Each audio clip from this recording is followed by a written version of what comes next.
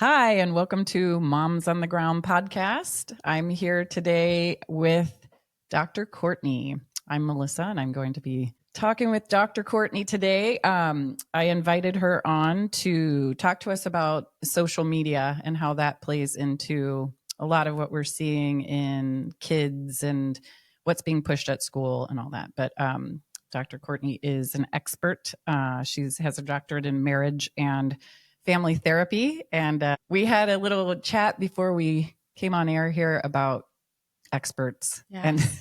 And, we get a lot of information from a lot of places who talk about their experts. Yeah. Who I don't really think are experts. Yeah. And so let's tell the listeners a little bit about that perspective, because I don't know if people really realize that, that 100%. And I think that's a great place to start, because a lot of the schools will say the expert said this and they'll cite research, right? Yes. And I want parents to really understand, I'm so passionate about this, is that when you go and you look at the experts, we need to start looking at the schools of thought that have formed these quote unquote experts, because how they're turning out doctors, psychologists, teachers, there's an ideology right underneath all of that. It's so easy to do. I have a friend, her daughter's going to UCLA. And so we were looking at the curriculum for becoming a teacher at UCLA. Every parent should go and Google that. And they should see, how are they training and forming these teachers? Right. We were talking about this before we came on air too, about how there's this one world view, and they're forcing this one world view. And I was telling you about how, I'm watching all of these World War II shows and things about Nazis. And that was exactly precisely what was happening, is that there was one worldview that was being forced, and that you either went along with that or you were dead. Well, you're not allowed to question it. Yeah. You're not allowed to question You're not allowed to question. And that feels very much like what's happening now. Not feels, I mean, it is what's happening now. The reality is that that's what's happening now, and I think a lot of people think, is this actually happening? And they want to be in denial about what's happening when they're seeing things very clearly, and that there's still like this feeling of like, oh no, that can't really be happening. And it's definitely happening. And there's one worldview that's being pushed. And I mean, that was my story. And I think that that's part of your story too. So I don't know. I think it was about 6 years ago, the school that my children were at, they started to change the language. And so they stopped calling students, and they started to call them learners. And it was interesting, because people at first, the reaction was, oh, okay, that's different. Learner, I mean, I understand a student means to learn, right? But I remember there was something in my gut, and I was like, this doesn't feel right. But I didn't want to take it to administration, because I loved the school. There were so many great people there with so many great intentions. And so they changed the language, and then they started to shift things. And I remember speaking with my husband, and we're like, is this for real? We started to question our own reality. I think that that's what's happening to kids now too.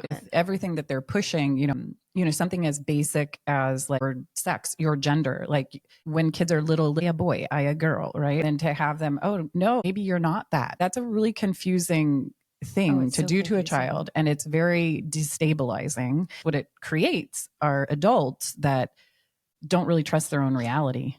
They've even changed the terms, going back to sex and gender. I don't know if people really understand this. That's why I was like, sex, gender. It's confusing. Yes. Because gender, when you go back and look, gender, it was always usually used for language, right? So when you have, my daughter takes Latin, so the ship, is that a male or feminine?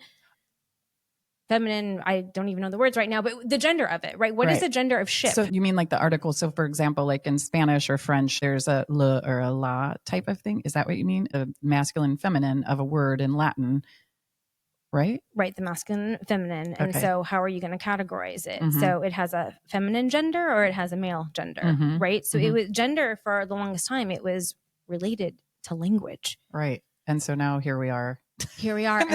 Confusing place and trying to parent kids. And that the education system has just accepted that this is the new way of being. But when you go back and you look at where did this start from? I guess I wish parents and educators, they would go back to where did this start and why? And on that path of gender, separating it from sex. See, because before it was always unified. It was, yes, I'm a female. So I'm a girl, I'm female. I have this sex. So my gender is in alignment. It's in ordered. Right. And now they're like, no, well, maybe you're not at this very young age when the brain is not fully developed. And Correct.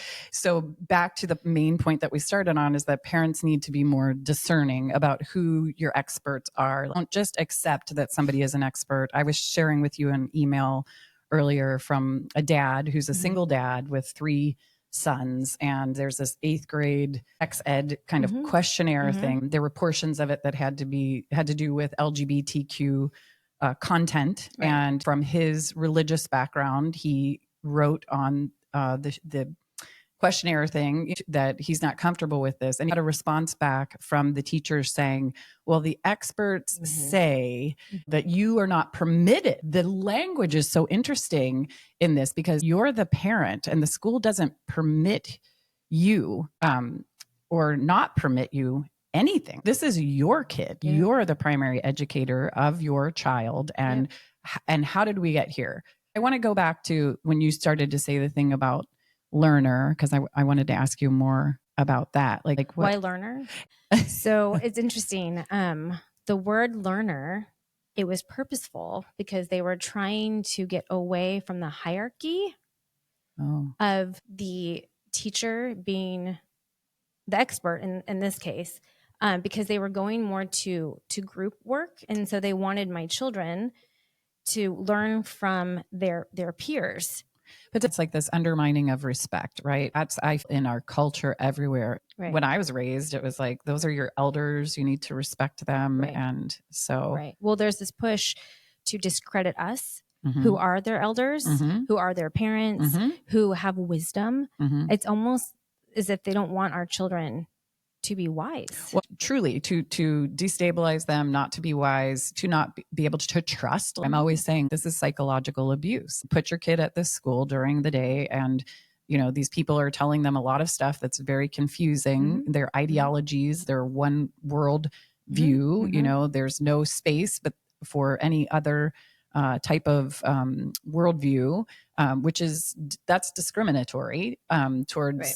Many people. Right. And then they're force feeding it, which I don't like to be force fed. I don't think anybody does. Right. And so one of the things is, as they're force feeding all of this stuff to kids at school, it's with Moms on the Ground. Like, what I want to do always is give parents solutions, and have them recognize the power that they do have.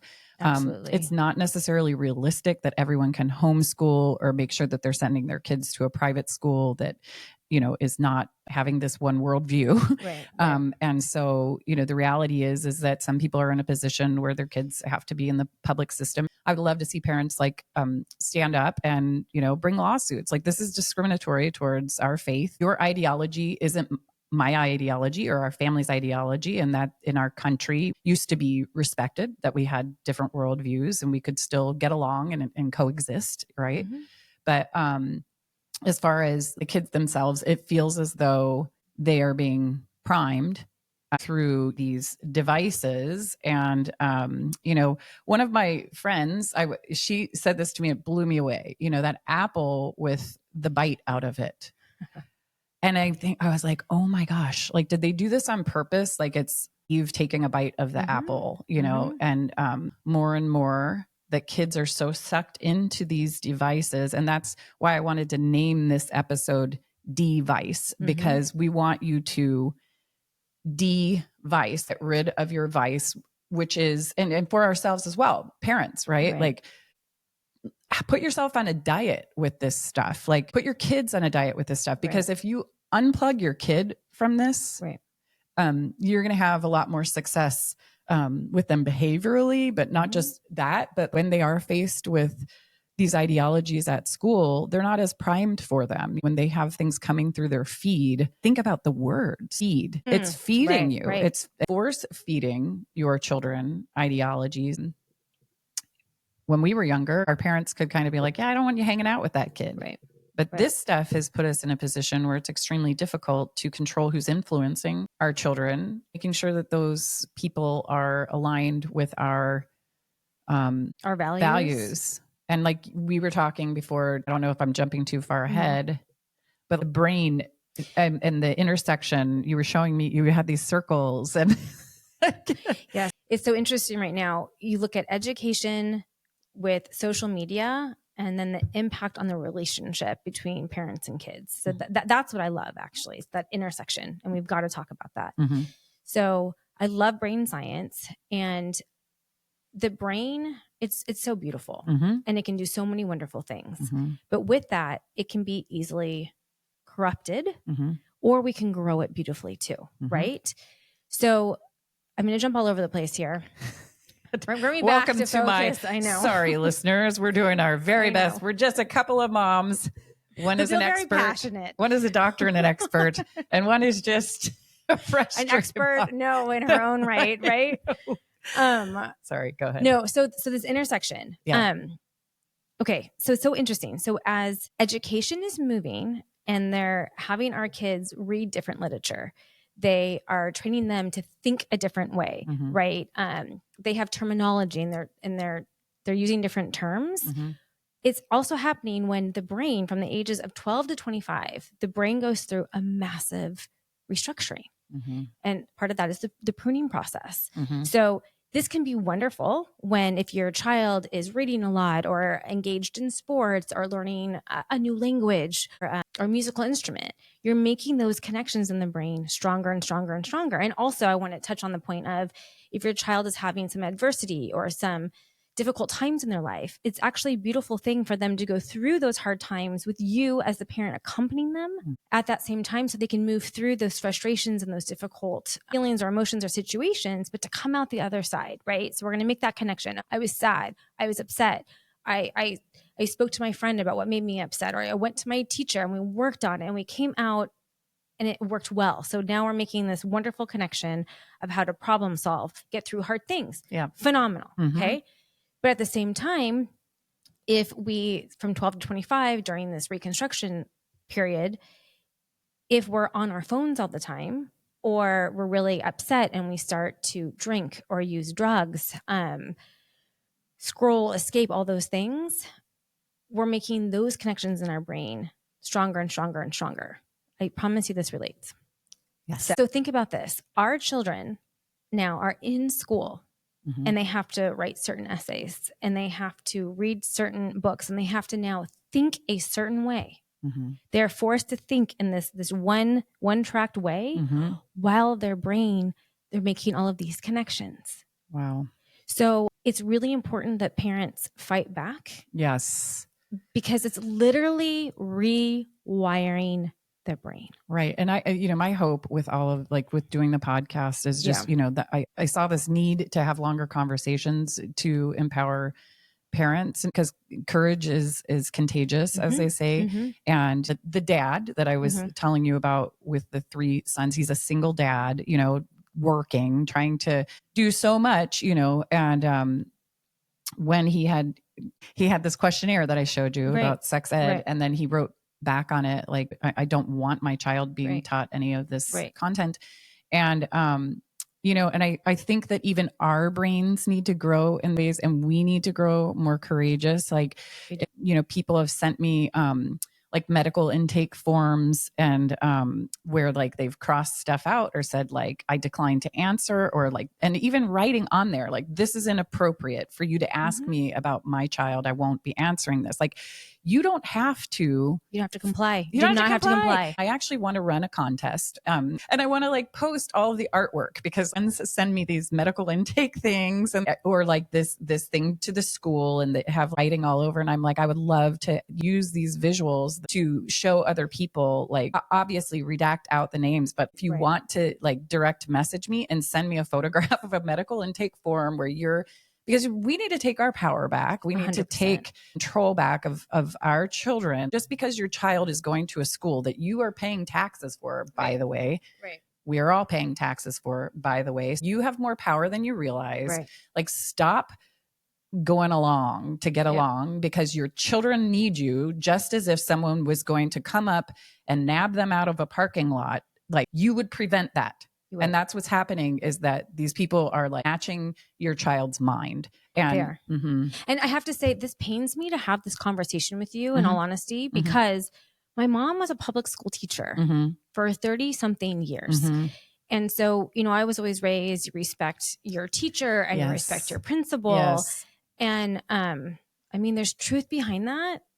These teachers stand up. In the case with this dad, when I spoke to him, he's like, you know, this teacher has taught my older children before, and is a good guy, you know, he's just going along. Like, these people too need to start saying, no, we do have a belief in public education. Like I do. I think it's an interesting, what is that called? Accusation from, I've heard like certain trustees that have voted against, parental notification, that they try to explain themselves by saying, oh, well, this is just a far right extreme thing to get rid of public education. Like, that's not true, you know? And if you dig into that, like if you go any deeper, like you can see that that is an excuse. No one's trying to cancel the teachers. Of course, you know, we need for kids and people to be respectful. There is a way to respectfully dissent, right? Absolutely. There's a way to respectfully disagree. There used to be, you know, compromise, and it feels as though like there's no compromise right now. It's like, you're eating this, you're being force fed this, whether you like it or not. So,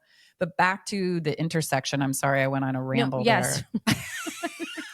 Intersection. I know, between, I'm so sorry, Courtney. Social media and education and parents. So and then our brain, right? Like, our brain is going through this massive reconstruction. And so the more time our kids are spending on the phone, so this is so interesting.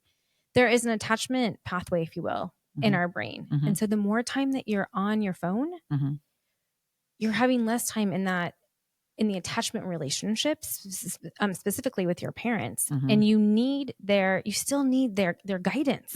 We don't need to be turning them towards their peers right now. Right. I don't need my 15-year-old to be taking advice from another 15-year-old. So I want to really point people towards Dr. Victoria Dunkley. Yeah. So I love her. She's so wonderful. So 20 years ago, I think it was 20 years ago, around 20 years ago, I was an intern and she was a psychiatrist at the nonprofit that I was working at. And she was the one that put it on our brains to say, hey, look at the devices and what's the impact on behavior. So she has a phenomenal book. And I've used it. I've suggested it. Yes. You told me, because I thought I made all this up. I was like, you know, they need to fast. My kids need to go on a fast. And I think like everyone would be healthier if they did a fast, you know, from this media usage. And you're like, yeah, there's this book, Victoria Dunkley. I'm like, good. I don't have to recreate the wheel. No, there's a protocol, right? On how you do that. A protocol. Yeah. And so actually, and she'll say, we can't make you go into your house and say, okay, turn off everything. But what usually happens if you reduce it, which I guess reducing still would be better. But at the end of the day, you're going to have to reset your dopamine levels. And the only way that we can really reset our dopamine levels is we have to go without. And what did you say the name of the book? What is it? How to reset your that's terrible. We don't know. I don't know. Reset Dr. your Dunkley, brain. I have it in my. I know. You can look it up. Dr. Victoria Dunkley. Yeah. How to reset your child's brain. Right. 6 week something. Yes. And it has a protocol. So yes. And we have done that, but and that will afford that intersection, you know, to be there again. Well, right. And then, but so she makes this very clear. So as you are eliminating the social media, as parents, we have to now push into that void, and that's got to be our relationship with our children. And we have to reattach. We have to almost like relearn how to have a relationship with them. Yeah. Because here's the thing. So dopamine is all over social media. And so when you're on social media, so if you're playing a video game or you're on Instagram and you're doing your reels, you're not doing a lot of work for a huge amount of a dopamine dump. And so you feel good, but then when you're done, you don't feel so good. I want more dopamine. I want more dopamine. You go back and get more. You get more. And what's happening is we're frying our dopamine receptors. And so that's why she's saying you've got to pull off. So you have a new baseline, right? And what's so sad about this is like, I so enjoy our conversations. When we get off the phone, I'm usually really energized. Yes. Right? I know. I love it. So with friendships or with our kids or with our spouse, spending time, we get these slow dopamine drips. But now slow dopamine drips can't compete with a huge dopamine dump. It's like a hit. It's like it's like a big, instead of like just having a friendship and the joy that brings, then instead your dopamine receptors are getting this giant hit of almost adrenaline, would you say? It's dopamine. And I remember the research, it's actually activating the pleasure center in your brain. So it's as bad as doing cocaine. Yeah. And that's what I was going to say, like with addiction, like it's the same thing as an addiction. And I think we need to look at ourselves with this also, how much time are we spending on, and that's how I was thinking, originally, like way back on this, when I thought about like how badly I wanted us to have this discussion and is just, like, okay, can I stay off of my phone? Just look at it like 3 times a day. I think that's a very reasonable thing. Like look at it in the morning, respond, maybe I look at it at lunch and then in the evening, because how much time am I doing something that is not worth my time when my kids need me? So if we are not parenting and in that place of connection with our kids, it's a lot easier for someone to snatch your kid and their brain. And 100%. So then they're not as connected with us, right? Because it's been taken up by the space. So then they are so open to being molded and influenced by some really bad things. Right. And it's getting reinforced. We were talking about this before, because like even the words, when we start out talking about learner, right? Right. But we were talking about, before we came on air, talking about your feed, right? Like, I keep saying this thing about being force fed, but like it's literally called your feed. So that is the nutrition that your child is taking in. And is that really what you want them to be imbibing? Like, and so then it's no wonder that these kids are set up and statistically, I think that you were telling me about this, like the increase of this whole like transgenderism thing in the past few years, as we were forced onto these devices, know, do you recall, were we talking about that? Like the percentage of increase, like somebody was saying it was like 4,000% or something, I think in adolescent girls. I don't remember those numbers, but it has significantly increased. And I know when you go, anyone can Google it. We're not making it up, but it has doubling, tripling, exponentially increased. Yeah. And so then when they're being basically primed with this through their phones, like back to the point of like, can parents do? Yeah. And I've always said the reason that I wanted to do this, #device, meaning take away the vice, because it is a vice. We've talked about like how it can be an addiction, like any other vice, whether it's alcohol or smoking or, we need to stop this vice. It's something that entered our worlds insidiously and then was forced more upon us with education and all of this stuff. I know that most people have this sensation that all this stuff is happening so fast. And nobody wants it to be happening, but how do we regain some control? If we could collectively say, okay, we're going on this media fast and it's not just you doing it, but like your group of friends, you say, hey, can we all read Victoria Dunkley's book? And then do book club. Yes. Support each other. Yeah. Well, it's interesting you say this because I want to direct everyone's attention to psychologist Jonathan Haidt. Don't ask me to spell it. I think he's on the East Coast somewhere. He has some great guidelines right now about all of this too. And he's encouraging the schools and parents to do exactly what you're saying. And here's what I'll do is I'll put this in the description. We'll find him online and we'll find Victoria Dunkley's book and we'll put that in the description as well, or any other kind of tools or anything that you want to add. Resources, absolutely. Because he's encouraging parents to come together, to go to the schools, have free zones where they don't have their phones with them. Right. They don't have their phones on them during school hours. Right. What else? He has great suggestions, and he actually says, encourage other people to do it with you. So it's a community. So when they call their friends and Right. it's like, oh, Jonas can't go on and I can't go on, and maybe like coordinate the times. I mean, I don't know anybody named Jonas. I just use that name. But like, coordinate the time with other parents of like, okay, we'll allow them on for this period of time. And then we shame that one parent into compliance. No, I'm just kidding.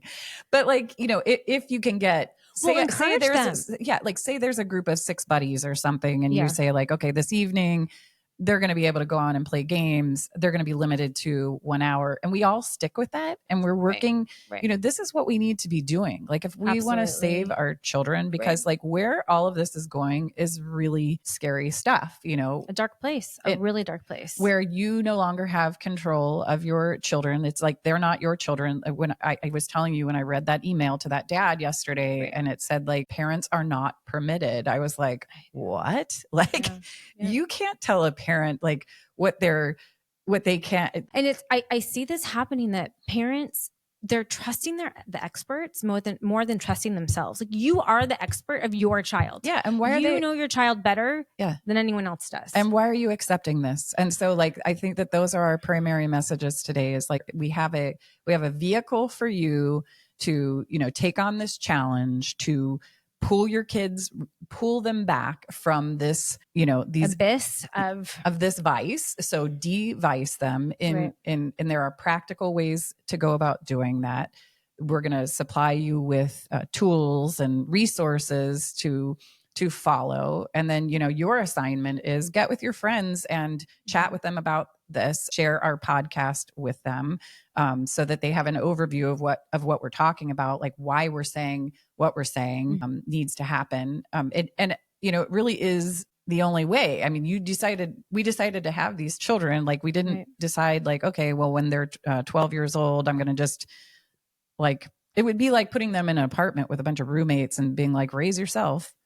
Is it any wonder that these kids are having so many troubles? The mental health crisis that's happening right now. Like, is it any wonder when they have exposure to all this stuff that's like, are too mature at, they have access to all this stuff? Is there any wonder that kids are suffering so much? And, if it was something as small as us just monitoring this, we pay for the phones. Like the number of parents I hear talking about like issues with phones, like my own experience with this, with the phones and the computers. Wow. Like recognizing that like we're paying the bill. Right. We can take it away. We can turn it off. We don't even have to give it to them. Yeah. And there's that Gab phone. Like, I wish more parents, I'm going to do that for my younger ones. I have a 15 15-year-old and no social media. No, I know mine. And it's phenomenal. And the friendships that have been able to be made are actually more solid because it's a natural filtering system. So the ones who really want to be friends, they make the effort. So it has been a wonderful tool, actually. Yes. And so I want to also encourage parents, you can do it. Right. And I would suggest that over like what we did is we got a flip phone.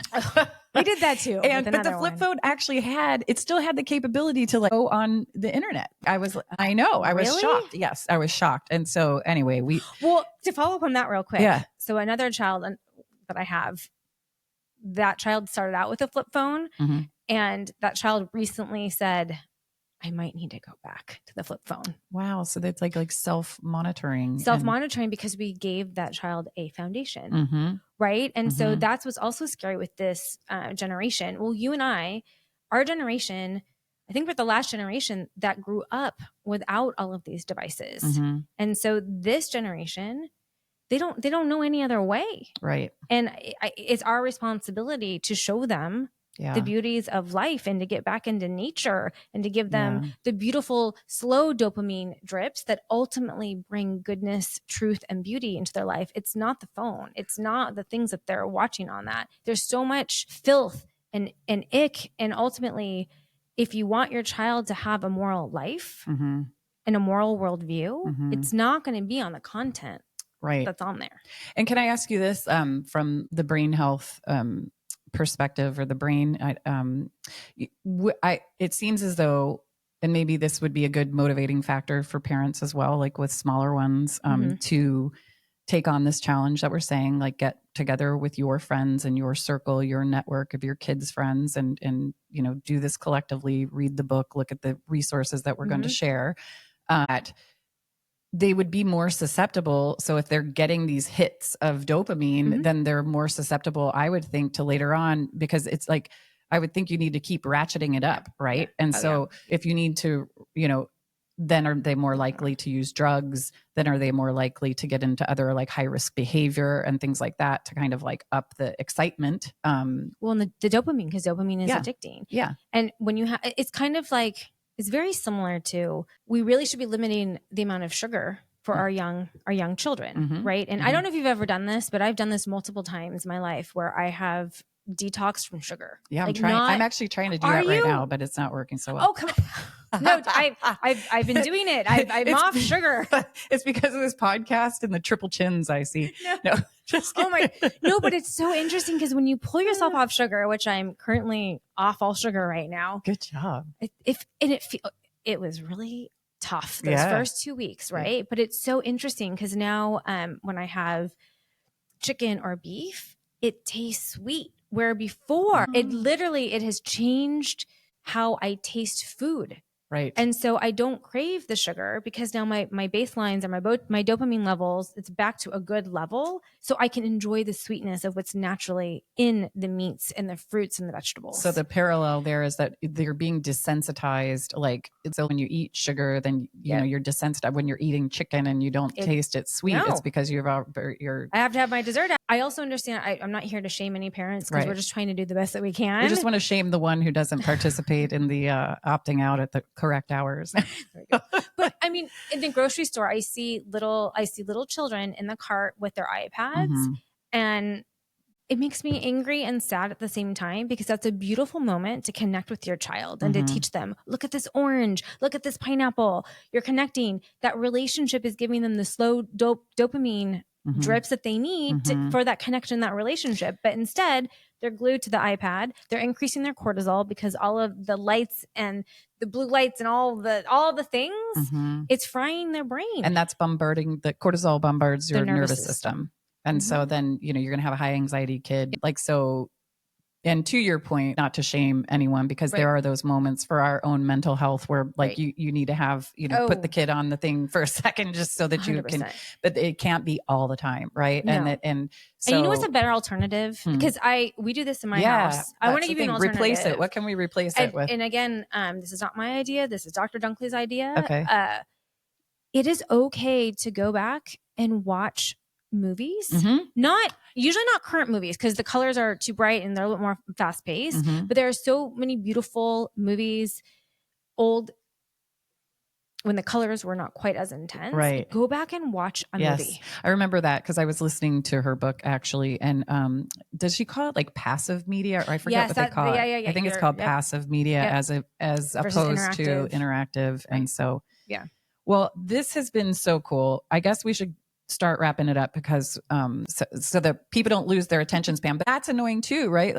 People, that's another thing that's happened to us adults as this insidious, these vices have crept in. And the reason that we need to ourselves device, be the role model for our children to back off of some of this stuff is because our own attention span, our own ability to hang with something and not be distracted. Like, and I'm not on stuff that much. And I have that happening. So, we're definitely going to have Dr. Courtney back because she is an expert in marriage and family and education. Tell me more about your experience and background, because you have so much experience and knowledge that gives you like credibility, and which is why I want you to be heard, and voices like yours should be amplified rather than some of these people that really don't have the experience and the accolades and the education that you have. So, I mean, I guess I'll put your bio also in the description. I know you're a very humble lady, but I appreciate that. I'm just more so than the degrees or whatever. I love families and I love children. it's a passion of mine. I've always had it. And I see it being destroyed right in front of me. It happened to my own children in an environment where I thought that they were safe. And so I think that that's a big thing for parents is they send them to schools and they think that they're safe, because that was my story. And this is how you and I met. This is how we met. Because we had similar stories, and both of our families were in faith environments, and that we just didn't realize what was happening and how it shifted, right? Like it really shifted. And that's how I met you. And I'm, I think it's a beautiful thing. I'm so grateful for your friendship. So grateful. And at least, and we're all, what I've loved about it is kind of what we were talking about at the beginning. I was starting to question reality. I was questioning what I was observing and seeing with my own eyes, right? Going like, no, right? No, that couldn't possibly be happening. Yeah.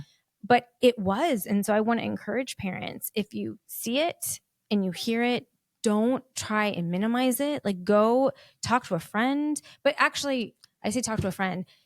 I spoke to other parents, and it was interesting. I think a lot of them thought I was overreacting. Well, but you have known things, even I've said to you before, like, oh my gosh, I have to apologize to you for this because you were saying this to me. And it was like, I was not ready to take some things in that I was seeing.